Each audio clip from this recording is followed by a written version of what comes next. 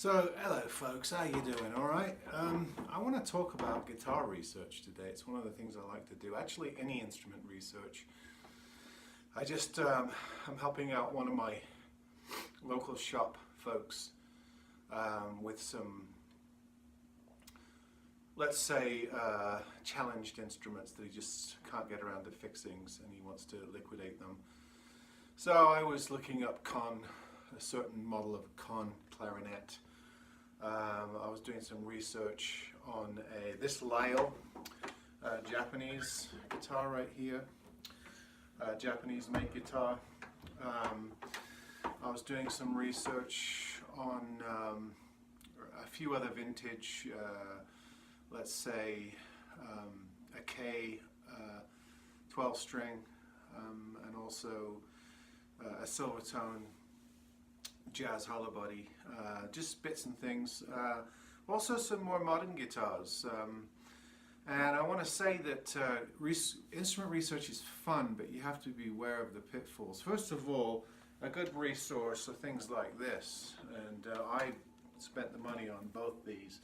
This is the Blue Book of Electric Guitars, and you know, this one's a few years old now, so I can only look up stuff up until about 2005 with this edition. Gives you values, information, identification, grading, that sort of thing. Here, let me see it close up.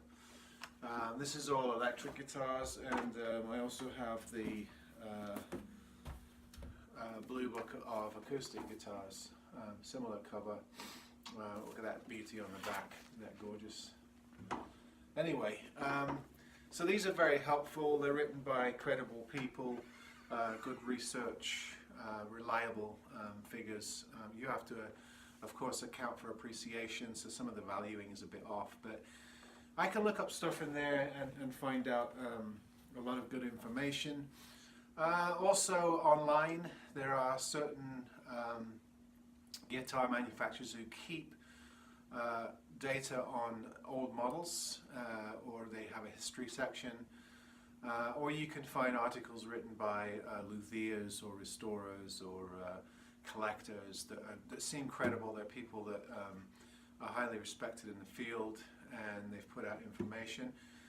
But there's also a lot of crap, and a lot of these guitar forums, I find them useful. I do find people that frequent those forums who have good information, and I often get little tidbits of information from those places. But you don't all have to wade through some very uninformed people and their opinion. What I see a lot on those things is people posting how they feel as truth, and this is a problem with our contemporary society, isn't it? I'll give you an example. I was doing some research on a Stug guitar that I'm selling, and found a forum post. I think it was a Blue Ridge forum or something like that. Well, somebody was asking, are Stag guitars any good? Stag, S-T-A-G-G. And you know, the first 10 responses on there were people who clearly didn't know anything about Stag guitars, saying how crap they were, how terrible they are. And, you know, when I got a little ways down, I saw somebody who had a little bit of information and provided a good link, and it turns out that Stag is a Belgian company that was formed quite a number of decades ago. And although they do manufacture some low-end guitars, they also make quite a lot of high-end guitars, and they're affiliated with other brands like Angel Lopez Classicals and James Nelligan guitars. The James Nelligan guitars I've been showing you with the JN on the headstock used to actually be stamped Stag, just the James Nelligan series, but it's now a breakaway brand, or a different branding arm, if you like. You know, and so you really have to be careful about researching and whose word that you take. Here's another example here. This is a sawtooth guitar, and you can buy these guitars, like I said in my last video, for about $75 on up to about $150. This price fluctuates. They're about a $150 guitar, but every once in a while you can find blowouts in on eBay or on Amazon and places like that. I think that they're worth the money. I mean, they are spruce ply tops, but well done, rosewood boards. I did all the specs on the last video. Well, you know, the immediate response that I got from this, not from anyone on my video chat or anything like that, but just from somebody that I ran into, is that these are absolutely crap guitars. They're terrible Chinese-made guitars. Well, actually, even if you don't think this is a good guitar, this is the bottom of their line. Sawtooth actually makes, you know, mid-range guitars. I don't know if it quite goes into what we would consider high-end guitars, but they certainly make mid-range solid wood guitars around $500 to $700 to $800. It's just that these are the ones that you see, because when somebody has $700 to $800, they're not going to probably go and buy a Sawtooth. They're going to buy a Seagull or a, you know, a lower-end Martin or a lower-end Taylor, you know, one of those big babies or something like that. So, but you know, just to say that this guitar company is crap is actually spreading misinformation. They do make higher end guitars, and some of them look really, really well made and really nice. And it's the same for a lot of these companies. You know, I'm looking at my rack right now, and I can see guitar companies represented by what's on my rack that start out with these budget instruments and then have a mid-range available if somebody wants to pursue it. So the opinion that's just thrown out because somebody's come across one guitar, one model in a guitar center or something, or on Craigslist, is a very narrow one and not very well researched, but that's the opinion that's the loudest. So you have to be you know, really circumspect about where you get your information. I got good training in this early in life, in my music life, because I started out as a violin family luthier, and the provenance of violins goes back to the 1500s.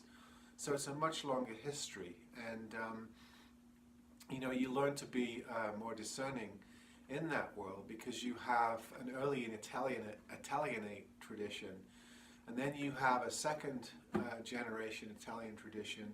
You have the German tradition that came along that copied the Italian models but became first-rate instruments in and of themselves, working all the way forward through the French traditions of the 1800s, the English, wonderful English instruments of the 18th, 19th century, contemporary Italian, and even early Chinese and now much improved contemporary Chinese makers. You learn how to not make rash and quick judgments and try and get more information, because in that world, misrepresentation of an instrument can get you in a lot of trouble.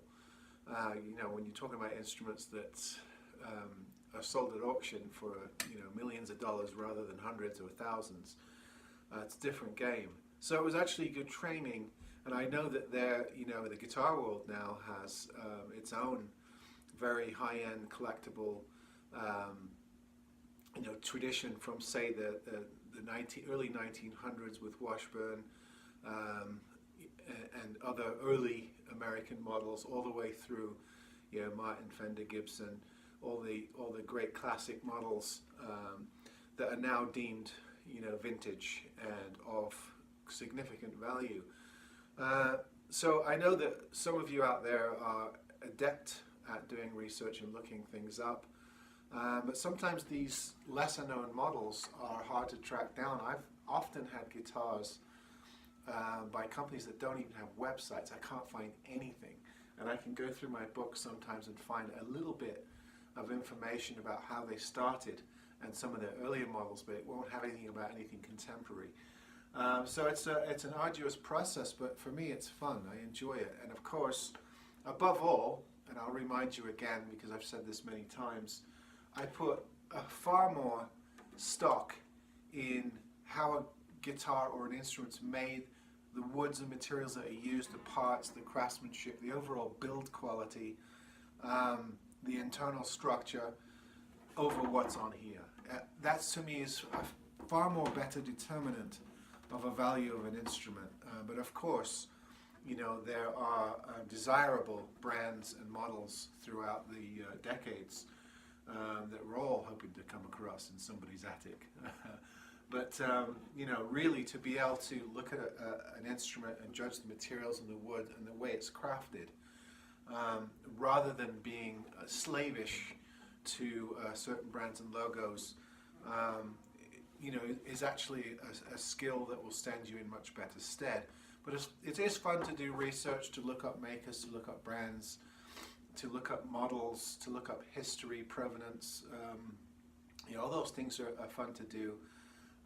But it's a world that's fraught with a lot of misinformation. So I just want to put that out there. Don't just rely on what somebody says in a guitar forum. You know, truth goes beyond opinion.